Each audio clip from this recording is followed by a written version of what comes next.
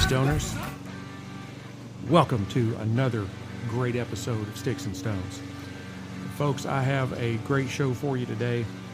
I am pairing, I'll show you guys on the live stream here, I am pairing Sagamore Spirits Rye Barrel Select with a Cohiba Macassar. Don't really know what Macassar means, but you know, anyway. And it is a very lovely band, kind of a mirrory silver finish. I like the band, I do. It's really nice. And I'm expecting that this match will, be like a match made in heaven. You know, especially for people like me that are cigar and spirit enthusiasts. I believe now, I've had the Sagamore Rye, I have not had the Macassar. And I am looking forward to some just really rich, complex flavors off of the Sagamore Rye. Maybe some hints of caramel and vanilla. It's definitely going to have a lot of rye spice. That's just the way rye works. And I think it will blend very well with the Cohiba Macassar. So I just love saying that, Macassar. Let's go ahead and dive right in. Pop the cork, cut the stick, and get to toasting. Now, Sagamore Spirit is a distillery in Baltimore. Started by the guy, Kevin, I think his name is. Maybe his last name starts with an M. Anyway, who is the founder of Under Armour. He branched out into spirits. So, rye, even though they do have multiple blends or brands or lines, whatever you want to call it, they only make rye. That's it. And rye was really like the predominant spirit back in the Revolutionary War times, late 1700s, early 1800s. And just a little bit of information here. Right at the end of that century, like 1799, 1800, right around there, George Washington was actually the largest distiller of rye in America. He had a very large operation going for that time. Anyway, this is the Barrel Select. It is a blend of rye whiskeys from Indiana and Maryland. The mash bill is a blend of a rye spirit that is 95% rye and another blend that is 51% rye. So when they blend those two together, you're ending up with about a 73% rye content there nearabouts. So it is 55% alcohol by volume, which makes it a healthy 110 proof. And it is aged for 6 years in virgin American white oak barrels. So let's go ahead and pour some up. Not a fantastic cork pop, but a nice one. I'm sorry, I think I said 7 years. I think it's actually aged 7 years. I was off by one. Alrighty. Now, that was a healthy pour. I am known for my heavy hand when it comes to pouring spirits. That is a very beautiful in the glass. It has, it's got really good legs on it. Not fantastic, but they are good. And it is just a beautiful, deep copper color. Those nice reddish hues to it. It is a beautiful spirit.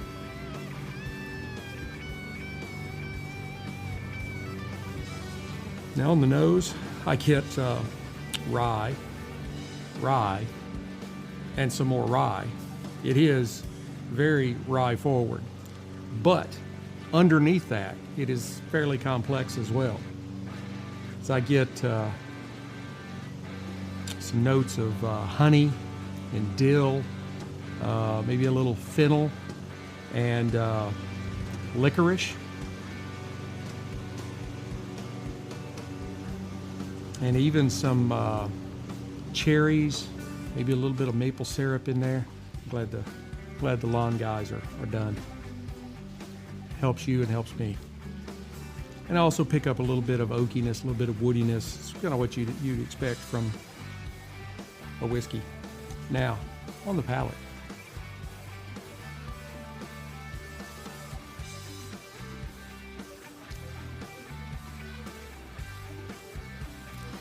Much like the nose, you get quite a bit of grain. There is a decent amount of heat. It is 110 proof, but other than the grain, you get more honey and a lot like the nose, licorice, fennel.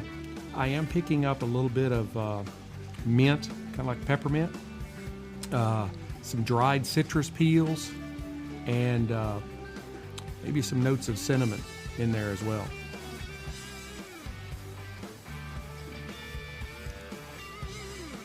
I went to a Sagamore Spirits tasting at the Cowboy Club. It's probably been a year ago now, and you got to sample all of their different ryes. And they only focus on rye, and they do it very well. A lot of people are kind of put off by rye because rye is spicier, corn is sweeter, which is what bourbon is made with, and most other American whiskeys, unless you're talking about the malted spirits. But they do it very well, and it's really smooth. Not only this Barrel Select, but there are others as well. I'd have to go back and look. It wasn't this one, but there was one in their line that I just thought was fantastic. And I think we had one that night that was upwards of 130 proof. I mean, it was on up there, like in the clouds, with only the scantest of suitors around it from other brands.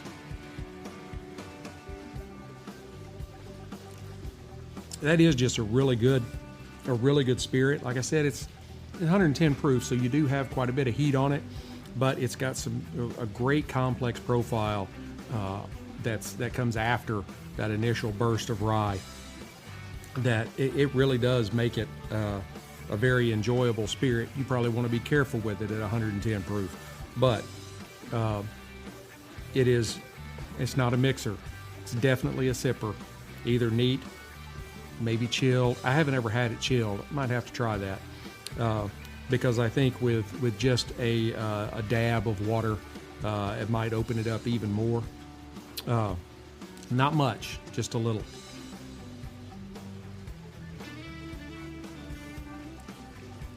And what that does for those that are not whiskey drinkers is when you add a little bit of water to it, that kind of tones down the alcohol, and it allows the other flavors to come through a little more. You know, you would naturally think, oh, you put water in, it's going to water it down. That's why you only use, I've never seen anybody use more than maybe a teaspoon of water. Just enough to kind of tamp down the heat, and that allows those other flavors to come through even more. I don't do it for the show because I want it to be straight out of the bottle. I actually prefer drinking spirit chilled, whether it's rye or bourbon or Scotch. I'm generally a neat guy. It's Scotch. You drink it neat. But I keep a lot of spirits in my outdoor refrigerator, my garage refrigerator, just to keep them cold all the time, especially like vodkas. I figure, you think of vodka, you think of Russia and Finland and like that. It's cold. So now let's go ahead and get on to the stick. The Cohiba Macassar. Now, Cohiba is one of the, most well-known brands globally. I mean, they're right up there with Punch and Arturo Fuente and maybe H. Upmann. They've managed to build a global brand and are extremely well-known. This particular stick maybe not so much.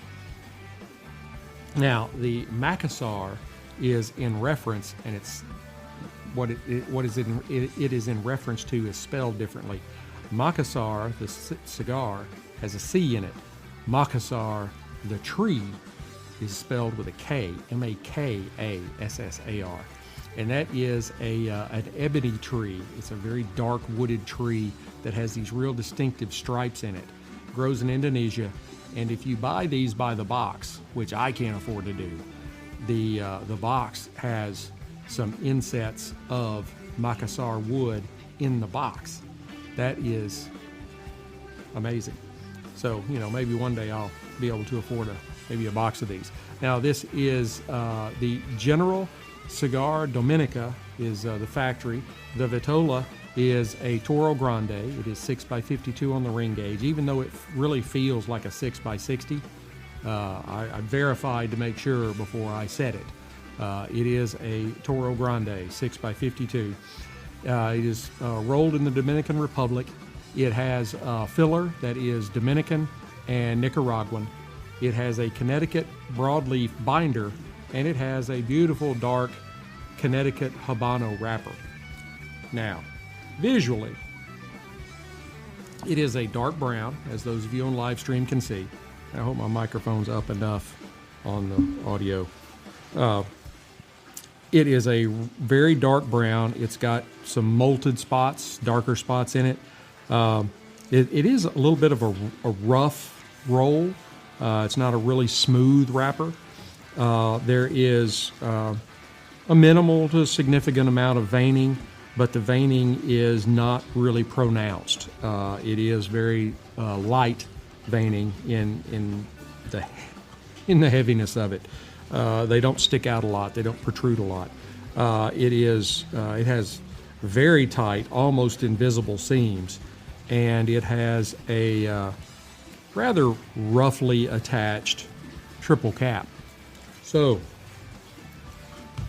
let's go ahead and give this sucker a cut. I know there are some people that say, "Oh, you shouldn't wet that before you cut it." I think it makes it cut better.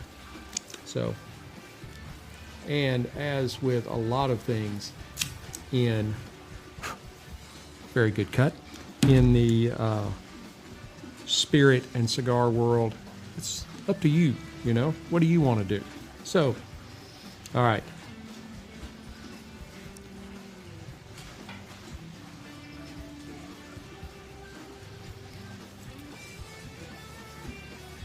On the nose, I get chocolate, maybe kind of like a chocolate brownie batter kind of aroma. Some barnyard, kind of that kind of mustiness. Bread. A little bit of leather, and I think maybe some gingerbread. All right, let's give it a cold draw.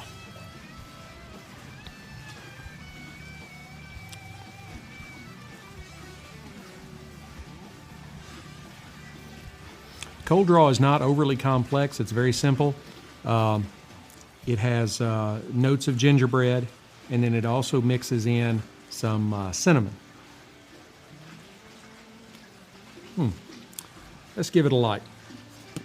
I cut with my Cassetti multi-cutter on the V-cut, feather floating around, and I am using my Rocky Patel Envoy 5-torch to light.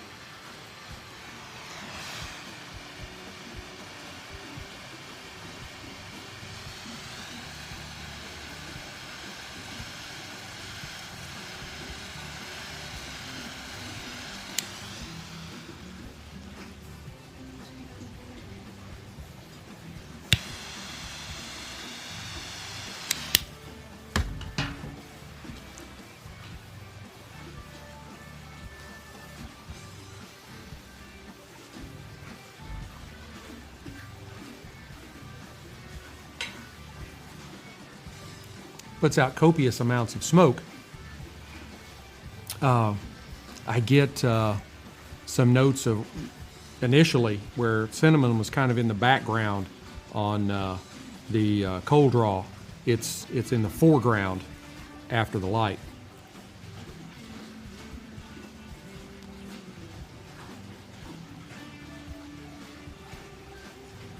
I also pick up notes of oak and maybe some kind of soft, subtly mango kind of sweetness. Just maybe a little touch of citrus.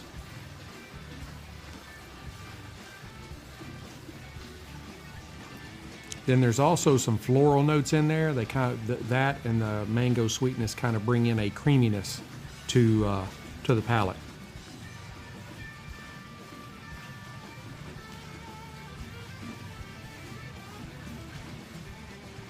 A little bit of black pepper on the retro. Let's try them together.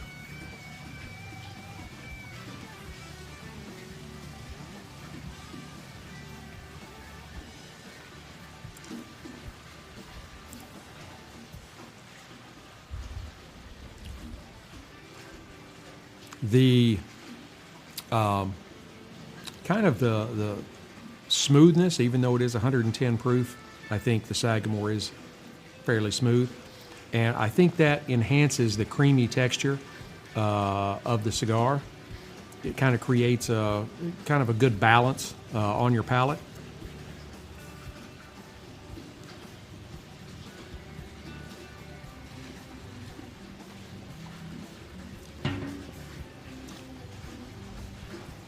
I think the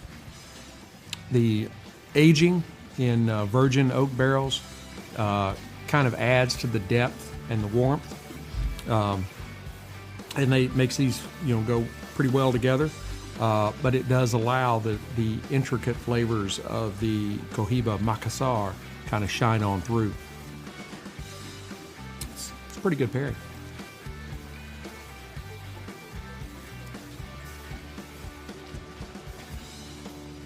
I can say that just right away, and I'm not going to make any long-term determinations here, just right away, the stick is good. I think it goes well with the Sagamore. I think between the two, I think I like the Spirit a little better. But we've still got quite a ways to go here. It is a really good burn. And again, just a really good amount of smoke coming off this stick. It is burning just a little uneven. I'll watch that as I go along, and hopefully there's nothing inside the stick that'll, make it canoe or anything like that.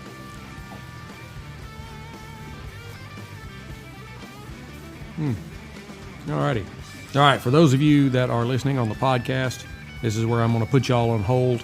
And I will be back about the halfway mark and give you an update. Hey, Stoners. I am back. Here at the half, this stick has, it's kind of changed a little bit. We've got some licorice being offered up, along with kind of a wheat, grainy note on the palate. There's a nuttiness and kind of a cake battery sweetness.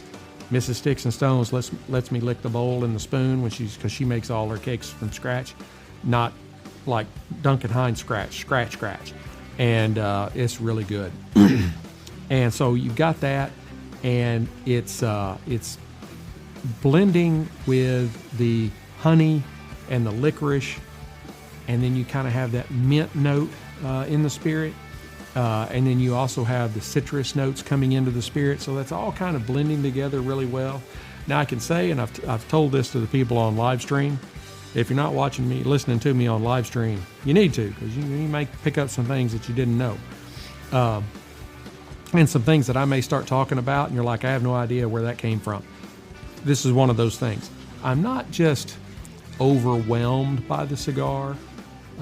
It does offer some nice complexity, but the Sagamore Barrel Select Rye is really good, and I think the palate notes, even though they are kind of rye forward, the palate notes, I think, do kind of support the cigar a little bit. So, we've got that going for us. But I'm going to go ahead and I'm going to burn this down the rest of the way to the band, and then I will come back and give you folks my final thoughts. Hey, Stoners, I am back. This was a good pairing. As the people on live stream know, I won't say it's a great pairing, but it is good. The Sagamore had some really nice complexity to it and some wonderful palate notes. Once you got past the rye forward, you got into the various different things that it offered up to you with licorice and honey, and there was some cinnamon in there, and it is smooth to be 110 proof. Like we were just talking about before I brought you guys back in. It's smooth. It's a smooth 110, but it is 110. You got to be careful with it. The stick I liked. I didn't really love, but I liked. It had some nice complexity to it as well. It just didn't like blow me away. I wasn't just like, oh, this is a great cigar. There are probably other Cohiba lines out there that I would probably prefer, because I know I've had the blue label and the red label. I don't know if I've had the gray label. Everything seems to now be colors with Cohiba, because you've got the red, the blue, the gray, the kind of silvery mirror finish. But I do feel that the Spirit kind of carried this pairing. I would give the Spirit, I'd give it an 85 out of 100. Really good Spirit. I think you should try. This is the Barrel Select, and then Sagamore Spirits also has several other lines of rye. Rye's all they do. That's it. So now the stick, I would give the stick 75 matchsticks out of 100. While I had you guys on the podcast on hold, I was talking to the live stream folks. There were some construction issues. The wrapper started peeling away, and it burned all throughout. I had to tend it a lot. I had to light it like 3 or 4 different times, and it would wave back and forth between a really straight burn line and a really wonky burn line. And then the fact that I kept having to relight it, even though I thought I was doing a pretty decent job of, puffing on it every so often. It just did seem to need a lot of, support. And right now, down to the band, there is a spot on the wrapper where the seam is peeling away before the band. And then there's also a spot between the band and the heel that is peeling away. Thank you. I'm glad you support that. As I listen to the people, or the pooches in the other yards, apparently they agree with me. So I would give it 75 out of 100. It's a good stick. It's a premium hand-rolled cigar. Just not one of my favorites. So, but it does have some pretty nice notes to it.